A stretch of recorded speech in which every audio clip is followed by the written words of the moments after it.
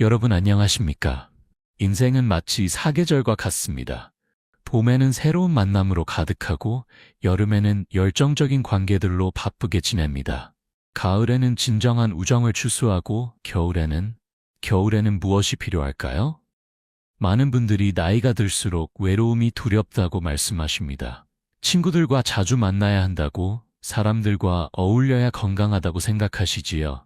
하지만 정말 그럴까요? 혹시 우리는 오랫동안 잘못된 생각에 사로잡혀 있었던 것은 아닐까요? 60세를 넘어서면 인생의 새로운 장이 시작됩니다. 더 이상 다른 사람의 시선을 의식할 필요가 없고 억지로 관계를 유지하느라 에너지를 소모할 이유도 없습니다. 이제는 진정으로 나 자신을 위한 시간, 내가 원하는 삶을 살아갈 때입니다. 오늘 삶의 교훈에서는 왜 60세 이후에는 많은 친구가 필요 없는지, 나이 들어 인간관계에 너무 집착하지 않아도 되는 이유, 그리고 혼자만의 시간이 주는 놀라운 행복에 대해 함께 이야기 나누어 보려 합니다. 만약 오늘 영상이 유익하셨다면 구독 버튼을 눌러주시고 좋아요와 댓글도 부탁드립니다. 여러분의 관심과 응원이 더 많은 분들에게 진정한 행복의 의미를 전하는 데 큰 힘이 됩니다. 그럼 이제 본격적으로 시작해 볼까요? 60세 이후 친구가 필요 없는 3가지 이유. 첫 번째, 진정한 친구는 이미 정해져 있습니다. 여러분, 지금까지 살아오면서 몇 명의 친구를 사귀셨나요? 학창시절 친구들, 직장 동료들, 동네 이웃들, 아마도 수십 명, 어쩌면 수백 명이 넘을 수도 있을 것입니다. 하지만 그 중에서 진정으로 마음을 터놓고 이야기할 수 있는 사람은 몇 명이나 될까요? 60년이라는 긴 세월을 살아오면서 우리는 이미 충분히 많은 사람들을 만났습니다. 그리고 그 과정에서 진짜 친구와 가짜 친구를 구별하는 지혜도 얻게 되었지요. 이제 와서 새로운 친구를 사귀려고 애쓸 필요가 있을까요? 서울 은평구에 사시는 박영수 씨의 이야기를 들어보겠습니다. 박 씨는 정년 퇴직 후 외로움을 느껴 노인회관에 나가기 시작했습니다. 처음에는 새로운 사람들을 만나는 것이 즐거웠지요. 하지만 시간이 지날수록 피곤함을 느끼기 시작했습니다. 처음에는 좋았어요. 사람들과 이야기도 하고 같이 식사도 하고, 그런데 자꾸 모임에 나오라고 하고 회비를 내야 하고 누구 생일이라고 선물을 준비해야 하고 점점 부담스러워지더라고요. 박 씨가 깨달은 것은 새로운 친구를 만드는 것보다 이미 오랫동안 알고 지낸 2~3명의 친구들과 편안하게 지내는 것이 훨씬 더 행복하다는 사실이었습니다. 심리학자들의 연구에 따르면 인간이 진정으로 깊은 관계를 유지할 수 있는 사람의 수는 평균 5명에서 7명 정도라고 합니다. 나이가 들수록 이 숫자는 더욱 줄어듭니다. 그것은 나쁜 것이 아니라 오히려 자연스러운 현상입니다. 우리의 시간과 에너지는 한정되어 있습니다. 많은 사람들과 얕은 관계를 유지하는 것보다 소수의 사람들과 깊고 의미 있는 관계를 맺는 것이 훨씬 더 가치 있습니다. 60세가 넘으면 이미 그런 사람들이 누구인지 알고 있습니다.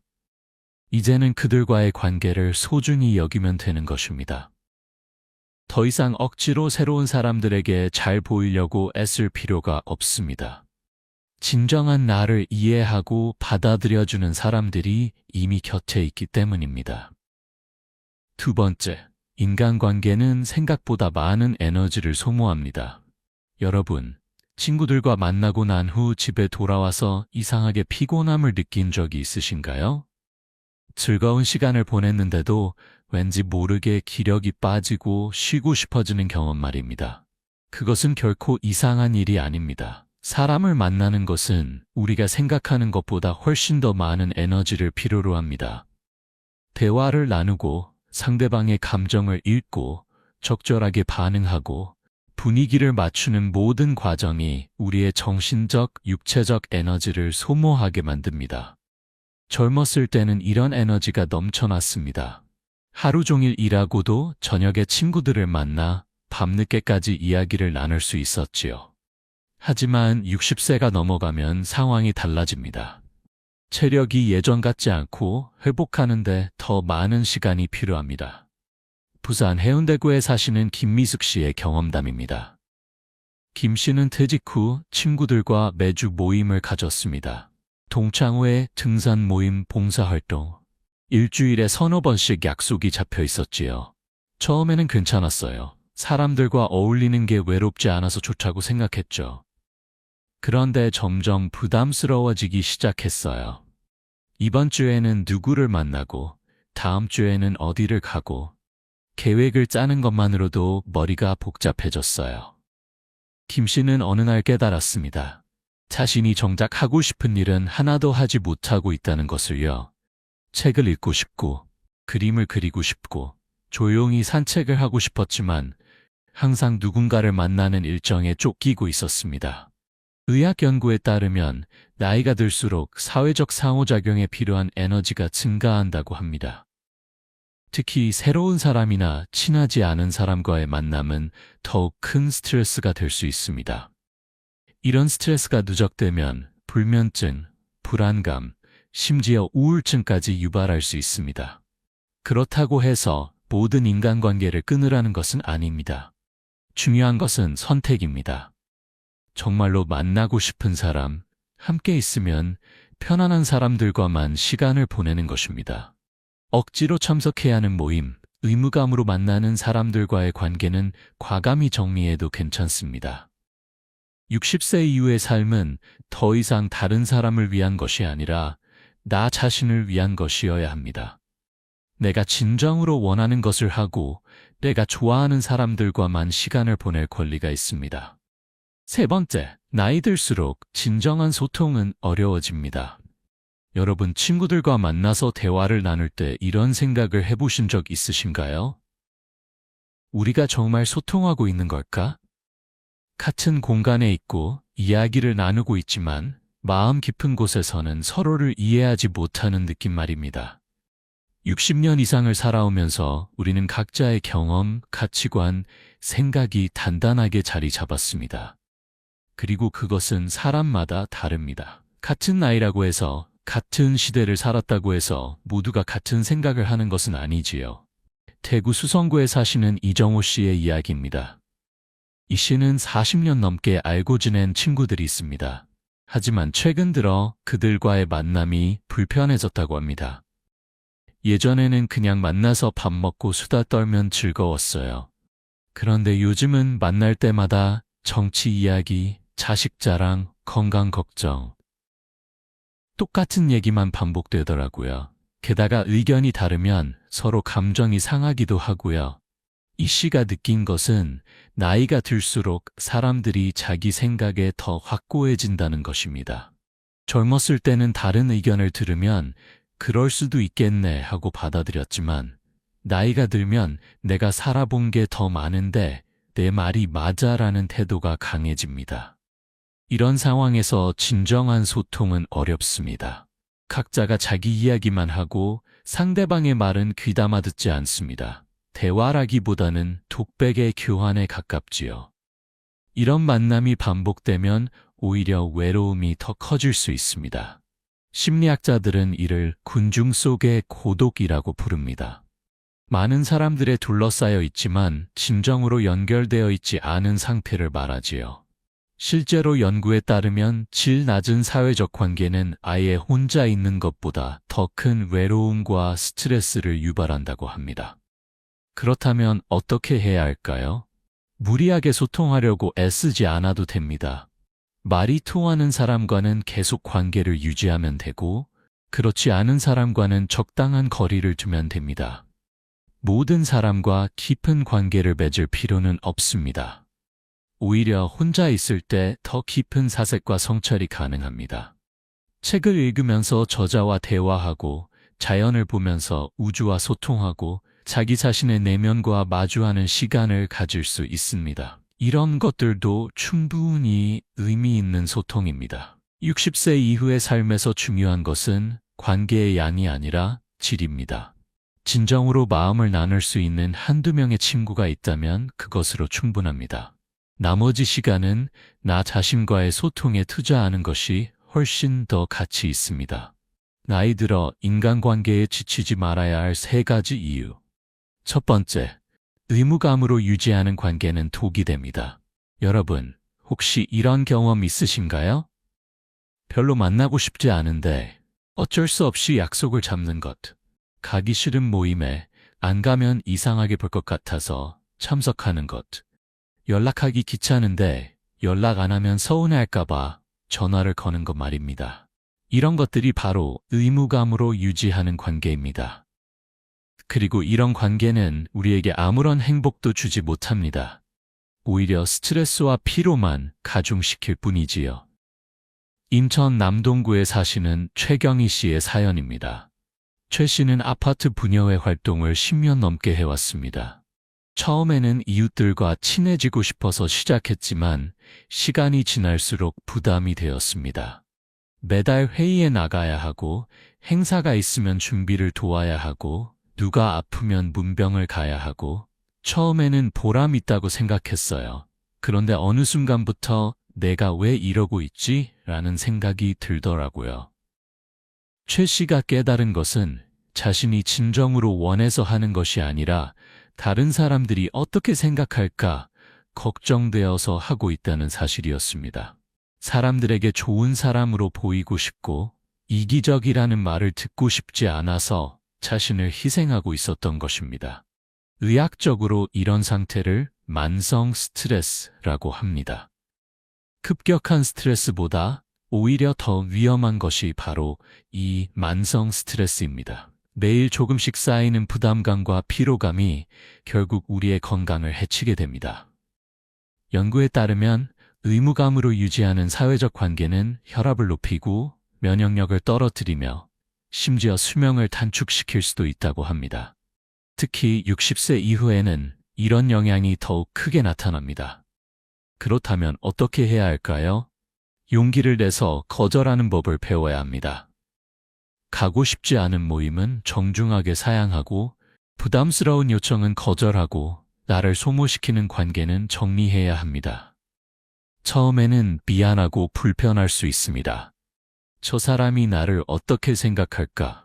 관계가 끊어지면 어떡하지? 하는 걱정이 들 것입니다. 하지만 진정한 친구라면 당신의 선택을 존중해 줄 것입니다. 그리고 만약 그렇지 않다면 그것은 애초에 지킬 가치가 없는 관계였던 것입니다. 60세 이후의 삶에서 가장 중요한 것은 나 자신입니다. 다른 사람의 기대에 부응하느라 내 행복을 포기할 필요는 없습니다. 이제는 나를 위한 선택을 할 때입니다.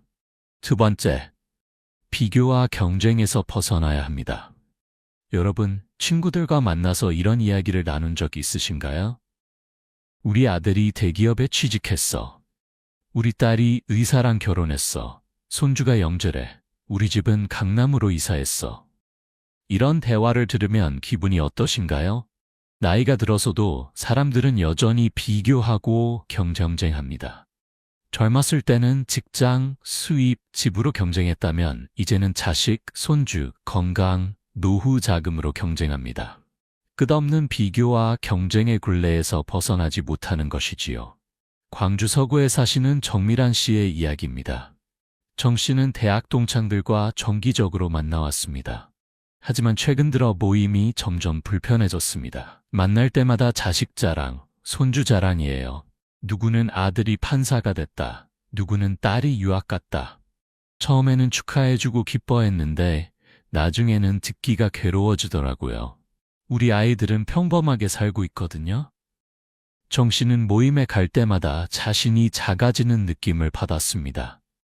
내 인생이 실패한 것처럼 내가 부족한 사람인 것처럼 느껴졌습니다. 집에 돌아와서는 우울해지고 자존감이 떨어졌습니다. 이것이 바로 비교의 독입니다. 다른 사람과 비교하는 순간 우리는 결코 행복할 수 없습니다. 항상 나보다 나은 사람이 있고 항상 부족한 것이 보이기 때문입니다. 심리학자들은 이를 사회적 비교라고 부르며 이것이 우울증과 불안의 주요 원인 중 하나라고 말합니다.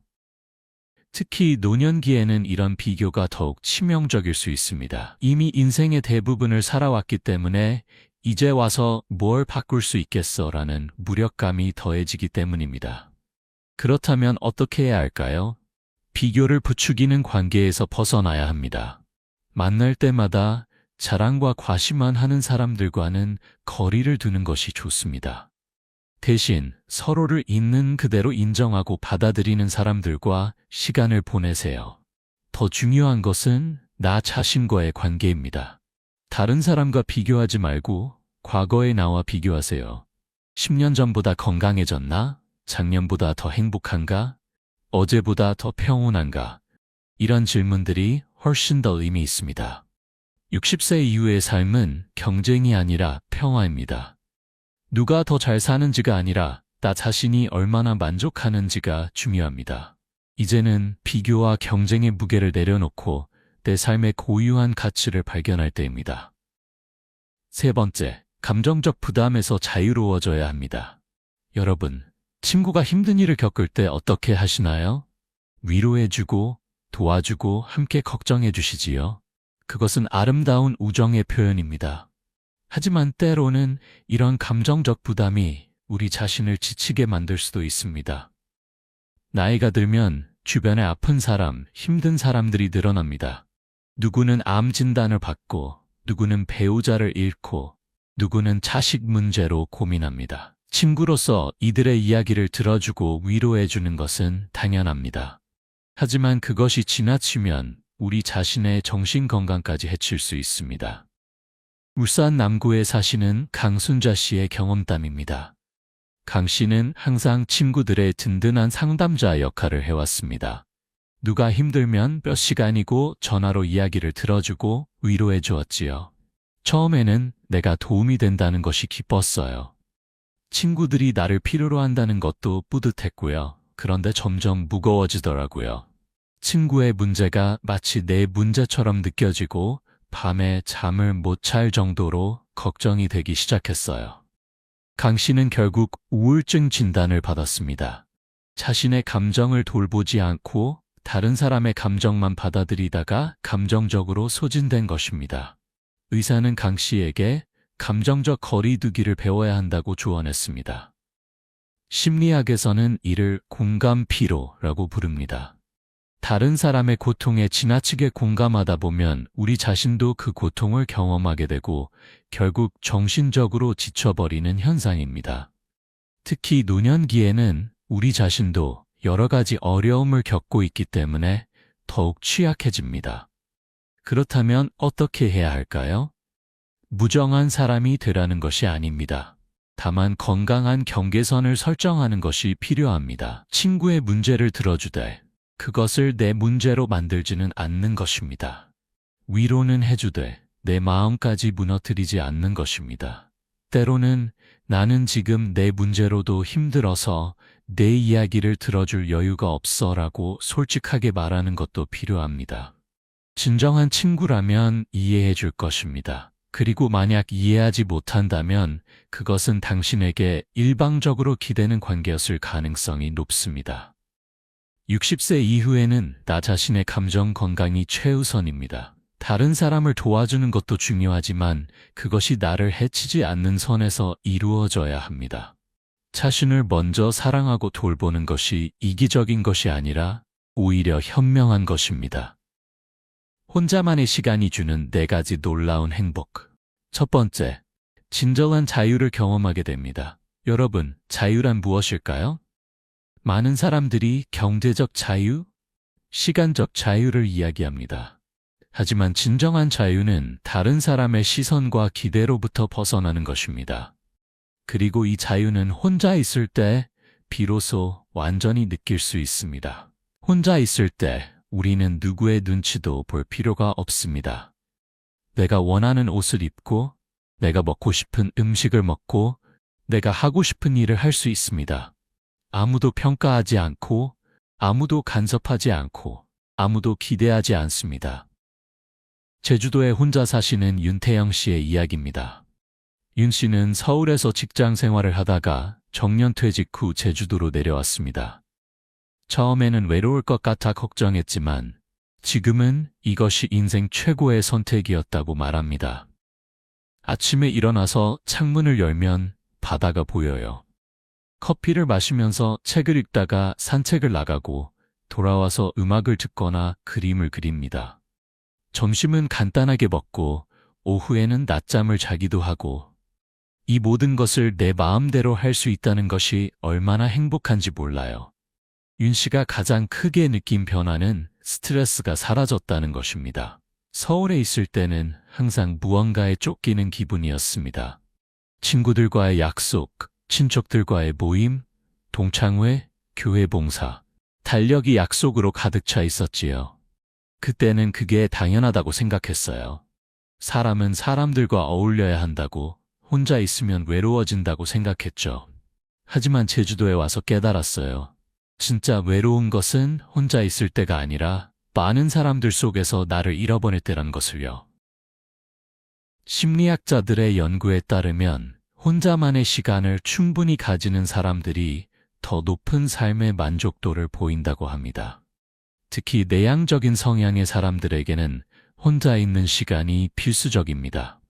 하지만 외향적인 사람들도 혼자만의 시간을 통해 자신을 재충전하고 내면의 평화를 찾을 수 있습니다. 혼자 있다는 것은 고립되는 것이 아니라 자유로워지는 것입니다. 다른 사람의 기준이 아닌 나 자신의 기준으로 살아갈 수 있는 것입니다. 60세가 넘어서까지 다른 사람의 승인을 구할 필요는 없습니다. 이제는 나 자신의 승인만으로 충분합니다. 두 번째, 자기 자신을 깊이 알게 됩니다. 여러분, 자기 자신에 대해 얼마나 알고 계신가요? 당연히 잘 알지라고 생각하실 수도 있습니다. 하지만 정말 그럴까요?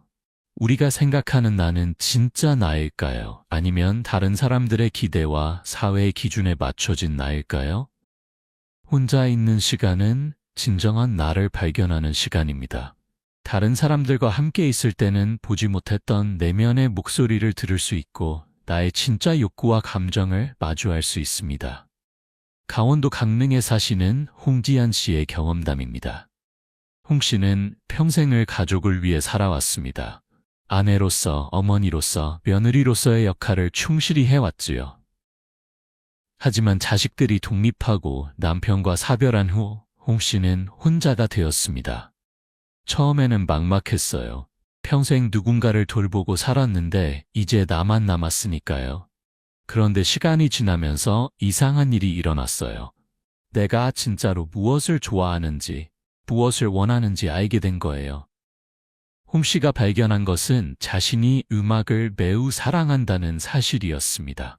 젊었을 때 피아노를 배우고 싶었지만 가족을 돌보느라 포기했었지요. 이제 70세가 된 홍 씨는 피아노 학원에 등록했습니다. 늦었다고 생각할 수도 있어요. 하지만 나는 지금이 딱 맞는 시기라고 생각해요. 이제야 내가 정말로 원하는 것을 할 수 있게 됐으니까요. 다른 사람의 눈치를 보지 않고 나를 위해 시간을 쓸 수 있다는 것이 얼마나 소중한지 몰라요. 철학자들은 오랫동안 너 자신을 알라고 가르쳐 왔습니다. 하지만 끊임없이 사회적 역할을 수행하고 다른 사람들과의 관계 속에서 살아가는 현대인들에게 자기 자신을 아는 것은 쉽지 않습니다. 혼자만의 시간이 필요한 이유입니다. 명상, 일기 쓰기, 산책, 독서. 이 모든 것들은 혼자 할 때 가장 효과적입니다. 이런 활동들을 통해 우리는 자신의 생각과 감정을 정리하고 인생의 의미를 되돌아보고 진정으로 중요한 것이 무엇인지 깨달을 수 있습니다. 60세 이후는 자기 발견의 황금기입니다.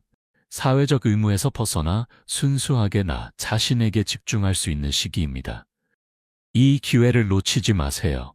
혼자 있는 시간을 두려워하지 말고 오히려 적극적으로 만들어 보세요. 세 번째, 창조적인 에너지가 샘솟습니다. 여러분, 위대한 예술가들, 작가들, 발명가들의 공통점이 무엇인지 아시나요? 그들은 모두 혼자만의 시간을 중요하게 여겼다는 것입니다. 창조성은 고요함 속에서 피어납니다.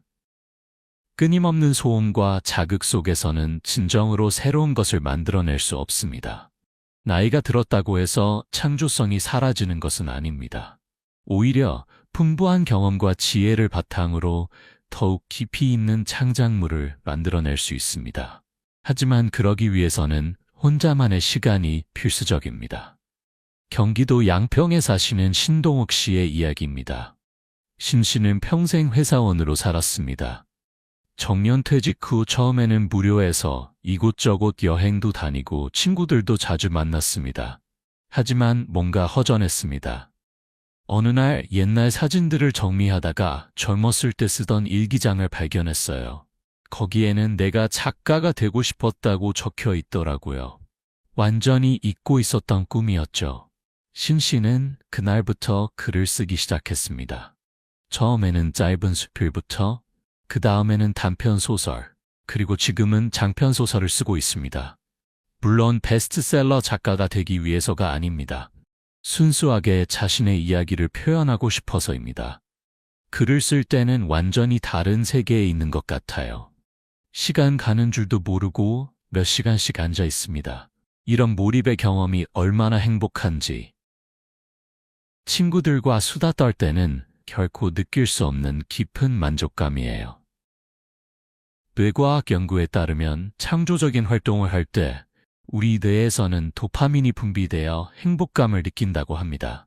또한 창조적인 활동은 인지 기능을 향상시키고 치매를 예방하는 효과도 있습니다. 노년기에 창조적인 취미를 가지는 것은 정신 건강에 매우 중요합니다. 창조적인 활동은 꼭 예술에 국한되지 않습니다.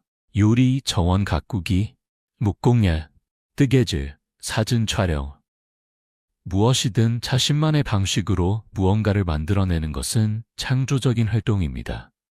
중요한 것은 혼자서 집중할 수 있는 시간을 갖는 것입니다. 다른 사람들과 어울리는 시간도 즐겁지만 혼자서 무언가에 몰입하는 시간은 다른 차원의 행복을 줍니다. 60세 이후에는 이런 시간을 충분히 가질 자격이 있습니다. 더 이상 미루지 말고 지금 시작하세요. 네 번째, 내면의 평화를 얻게 됩니다.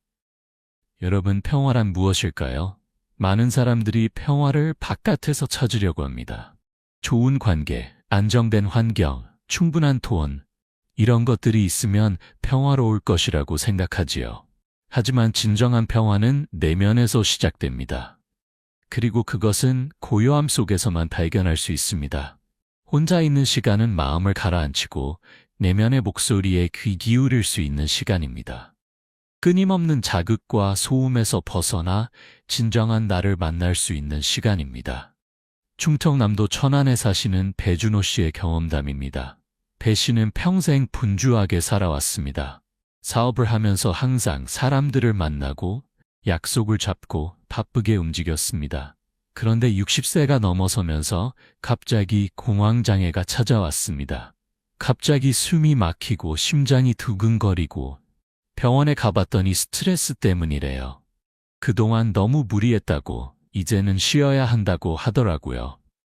의사의 권유로 배 씨는 명상을 시작했습니다. 처음에는 혼자 조용히 앉아 있는 것이 너무 힘들었습니다. 머릿속에 온갖 생각들이 소용돌이쳤고 몸은 계속 움직이고 싶어 했습니다. 하지만 매일 조금씩 연습하면서 변화가 일어났습니다. 처음에는 5분도 못 견뎠어요. 그런데 한 달, 2달, 이제는 하루에 1시간씩 명상을 합니다. 그 시간이 하루 중 가장 평화로운 시간이에요.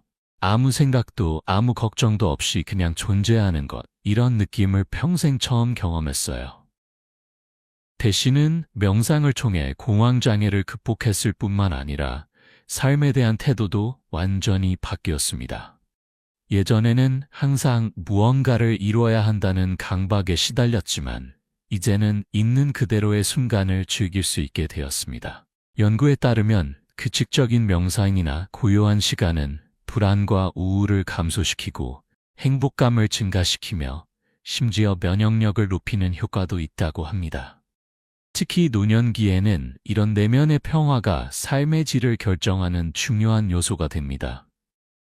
내면의 평화는 외부 환경과 관계없이 유지될 수 있습니다. 혼자 있어도 외롭지 않고 많은 것을 가지지 않아도 만족하고 큰 일을 하지 않아도 의미를 느낄 수 있습니다. 이것이 바로 진정한 자유이자 행복입니다. 60세 이후의 삶에서 가장 중요한 것은 내면의 평화입니다. 그리고 그것은 혼자만의 시간을 통해서만 얻을 수 있습니다.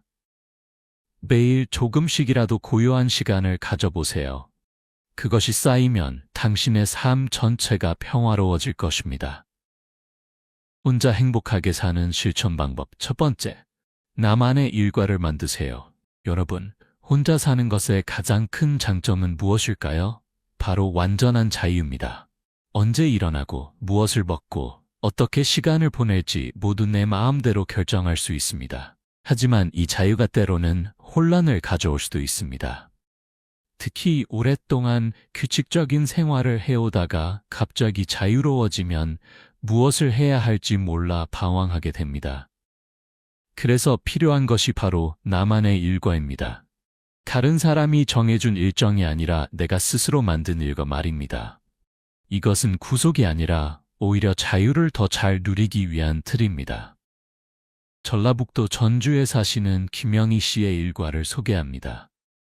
김 씨는 65세에 퇴직한 후 혼자 살고 있습니다. 아침 6시에 일어나서 가볍게 스트레칭을 합니다. 그리고 커피를 내려 마시면서 창밖을 바라봐요. 이 시간이 하루 중 가장 평화로운 순간이에요. 7시쯤 간단한 아침을 먹고 8시부터 10시까지는 책을 읽습니다. 김 씨의 일과는 계속됩니다. 오전에는 독서나 글쓰기 같은 정신적 활동을, 오후에는 산책이나 요가 같은 신체 활동을 합니다. 저녁에는 요리를 하면서 좋아하는 음악을 듣고, 밤에는 영화를 보거나 온라인 강의를 듣습니다. 처음에는 이렇게 계획을 세우는 게 답답할 것 같았어요. 하지만 오히려 반대더라고요. 일과가 있으니까 하루가 알차고 무언가를 이루었다는 성취감도 느껴져요. 그리고 언제든 바꿀 수 있으니까 전혀 답답하지 않아요. 중요한 것은 일과가 나를 오가매는 것이 아니라 나를 지지하는 구조가 되어야 한다는 것입니다. 너무 빡빡하게 짤 필요는 없습니다. 큰 틀만 정해두고 그 안에서 유연하게 움직이면 됩니다. 예를 들어 오전에는 창조적인 활동을 한다. 오후에는 몸을 움직이는 활동을 한다. 저녁에는 여가 시간을 즐긴다 정도로만 정해두어도 충분합니다. 구체적으로 무엇을 할지는 그날그날의 기분과 상황에 따라 결정하면 됩니다. 일과를 만들 때 주의할 점이 있습니다. 첫째, 너무 많은 것을 넣으려고 하지 마세요. 여유 시간도 중요합니다. 둘째, 꼭 해야 하는 것과 하고 싶은 것을 구분하세요. 의무만 가득한 일과는 스트레스가 됩니다. 셋째, 정기적으로 점검하고 수정하세요. 나의 상태와 필요는 계속 변하기 때문입니다. 두 번째, 새로운 것을 배우세요. 여러분, 배움의 나이가 있을까요? 많은 사람들이 이제 와서 뭘 배워라고 말합니다. 하지만 그것은 큰 오해입니다. 오히려 60세 이후가 배움의 황금기일 수 있습니다. 경제적 압박도 줄어들고 시간도 충분하고 무엇보다 순수하게 배우고 싶어서 배울 수 있기 때문입니다. 새로운 것을 배우는 것은 단순히 지식을 쌓는 것이 아닙니다. 뇌를 활성화시키고 자존감을 높이고 삶에 활력을 불어넣습니다. 특히 혼자 있는 시간이 많아질수록 배움은 더욱 중요해집니다. 대전 유성구에 사시는 이철수 씨의 이야기입니다. 이 씨는 62세에 일본어 공부를 시작했습니다. 젊었을 때부터 일본 문화에 관심이 있었지만 바쁘다는 핑계로 미뤄왔던 일이었습니다. 처음에는 걱정이 많았어요. 나이 들어서 외국어를 배운다는 게 쉽지 않을 것 같았거든요. 하지만 시작해보니까 생각보다 재미있더라고요. 물론 젊은 사람들처럼 빨리 배우지는 못해요. 하지만 천천히 꾸준히 하니까 조금씩 늘어요. 이 씨는 이제 간단한 일본어 소설을 읽을 수 있을 정도가 되었습니다. 그리고 혼자 일본 여행을 다녀오기도 했습니다. 가장 큰 변화는 자신감이 생겼다는 것입니다. 나이 들어서도 뭔가 새로운 것을 배울 수 있다는 게 놀라워요. 그리고 그게 내 인생에 새로운 즐거움을 더해준다는 것도요. 이제는 중국어도 배워보고 싶어요. 연구에 따르면 평생 학습은 인지 기능을 유지하고 치매를 예방하는 데 매우 효과적이라고 합니다. 새로운 것을 배우는 과정에서 뇌의 신경망이 활성화되고 이것이 뇌 건강을 유지하는 데 도움이 됩니다. 배울 수 있는 것은 무궁무진합니다. 외국어, 악기, 그림, 컴퓨터, 사진, 요리, 역사, 철학. 무엇이든 좋습니다. 중요한 것은 순수하게 배우고 싶은 것을 선택하는 것입니다. 남들에게 보여주기 위해서나 실용적인 목적이 아니라 그냥 좋아서, 궁금해서 배우는 것입니다. 요즘은 온라인 강의도 많아서 집에서 혼자 배울 수 있는 기회가 많습니다. 유튜브에도 무료 강의가 많고 MOOC 같은 플랫폼에선 전 세계 유명 대학의 강의를 들을 수도 있습니다. 나이는 더 이상 배움의 장벽이 아닙니다. 세 번째, 자연과 친해지세요. 여러분, 마지막으로 자연을 산책한 것이 언제인가요? 나무를 만지고 꽃 향기를 맡고 새소리를 들은 것이 언제인가요? 현대인들은 대부분의 시간을 실내에서 보냅니다. 특히 나이가 들면 밖에 나가는 것이 귀찮아지고 집에만 있게 됩니다. 하지만 이것은 건강에 좋지 않습니다. 자연은 우리에게 치유를 줍니다. 연구에 따르면 자연 속에서 시간을 보내는 것만으로도 스트레스가 줄어들고 혈압이 낮아지고 기분이 좋아진다고 합니다. 특히 혼자 자연을 즐기는 것은 특별한 경험입니다. 경상남도 하동에 사시는 문성호 씨의 이야기입니다. 문 씨는 은퇴 후 작은 텃밭을 가꾸기 시작했습니다. 처음에는 그냥 운동 삼아 시작했는데 이제는 인생의 가장 큰 즐거움이 되었습니다. 매일 아침 텃밭에 나가요. 작물들이 어떻게 자랐는지 보는 게 너무 신기해요. 어제는 없던 꽃이 오늘 피어 있고 작은 씨앗이 싹을 틔우고 이런 걸 보면 생명의 신비를 느껴요. 문 씨는 텃밭을 가꾸면서 자연의 리듬을 배웠다고 합니다. 서두르지 않고 기다리는 것, 통제하려 하지 않고 있는 그대로 받아들이는 것, 작은 변화에 기뻐하는 것, 이런 것들이 인생의 지혜와 닮아 있다고 말합니다. 텃밭에서 배운 것을 인생에 적용하게 돼요. 억지로 빨리 자라게 할 수 없듯이 인생도 때가 있는 거죠.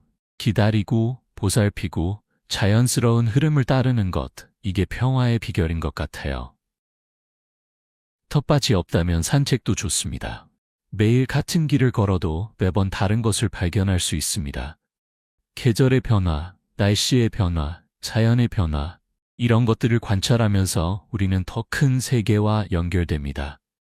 공원에 앉아서 책을 읽어도 좋고 그냥 벤치에 앉아서 사람들을 구경해도 좋습니다. 중요한 것은 밖으로 나가는 것, 자연의 일부가 되는 것입니다. 혼자서도 충분히, 아니 혼자이기 때문에 더욱 깊이 자연을 느낄 수 있습니다.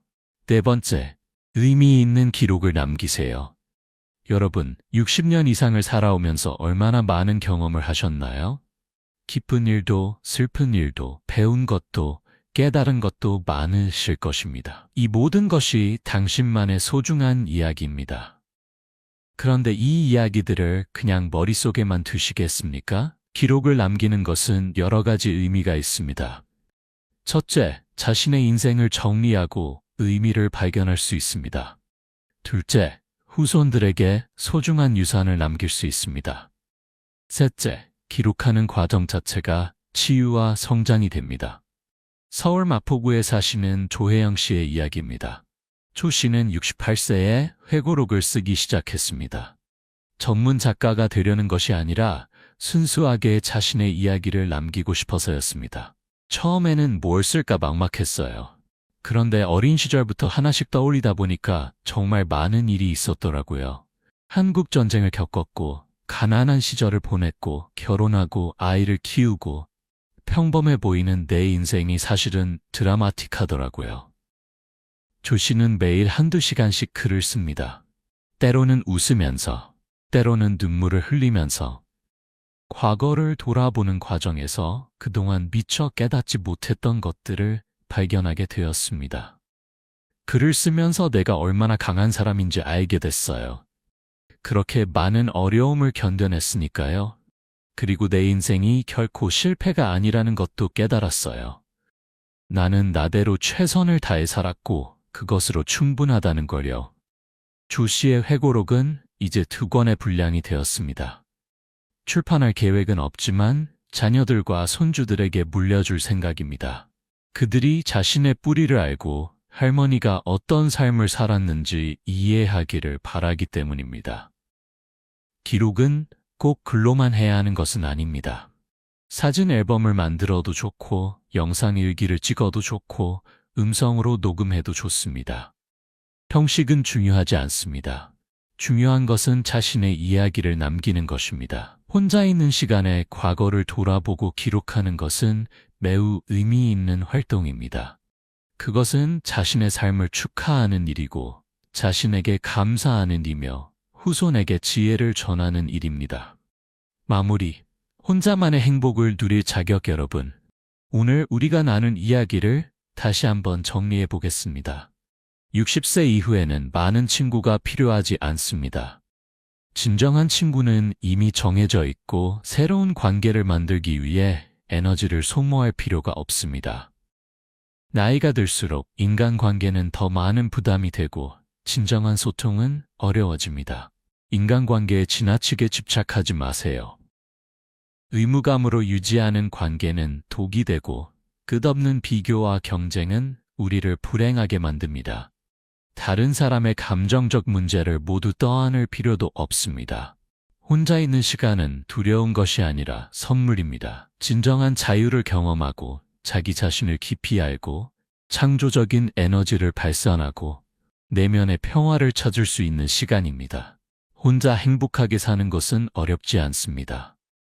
나만의 일과를 만들고 새로운 것을 배우고 자연과 친해지고 의미 있는 기록을 남기세요. 이런 작은 실천들이 쌓이면 당신의 삶은 풍요로워질 것입니다. 기억하세요. 외로움과 고독은 다릅니다. 외로움은 원치 않는 혼자임이고 고독은 선택한 혼자임입니다. 60세 이후의 고독은 자유이고 평화이고 행복입니다. 이제 다른 사람의 기대에 부응하느라 나를 희생할 필요가 없습니다. 사회적 역할에 얽매여 진짜 나를 숨길 필요도 없습니다. 이제는 온전히 나를 위한 시간, 나만의 행복을 누릴 때입니다. 서울의 어느 요양원에서 100세 할머니를 인터뷰한 적이 있습니다. 기자가 물었습니다. 오래 사신 비결이 뭡니까? 할머니는 이렇게 대답했습니다. 다른 사람 눈치 안 보고 내 하고 싶은 대로 살았어요. 친구 많이 사귀려고 애쓰지도 않았고 사람들에게 잘 보이려고 노력하지도 않았어요. 그냥 나 혼자 편하게 내가 좋아하는 것 하면서 살았죠. 그게 장수의 비결인 것 같아요. 이 할머니의 말씀이 오늘 우리가 나눈 이야기의 핵심입니다. 혼자 있는 것을 두려워하지 마세요. 오히려 그것을 축하하세요. 당신은 이제 완전한 자유를 누릴 자격이 있습니다. 마지막으로 이 영상이 조금이라도 도움이 되셨다면 삶의 교훈 채널을 구독해주세요. 여러분의 관심과 응원이 더 많은 분들에게 진정한 행복의 의미를 전하는 데 큰 힘이 됩니다.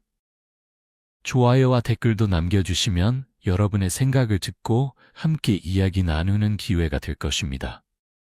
60세 이후의 삶이 인생의 끝이 아니라 새로운 시작입니다. 이제는 나를 위한 시간, 나만의 행복을 만들어 갈 때입니다. 혼자여도 외롭지 않고 많은 것을 가지지 않아도 만족하고 큰 일을 하지 않아도 의미를 느끼는 삶. 그것이 바로 진정한 행복이 아닐까요? 그럼 앞으로도 건강하고 평화로운 나날 보내시길 바랍니다. 다음 영상에서 다시 뵙겠습니다. 감사합니다.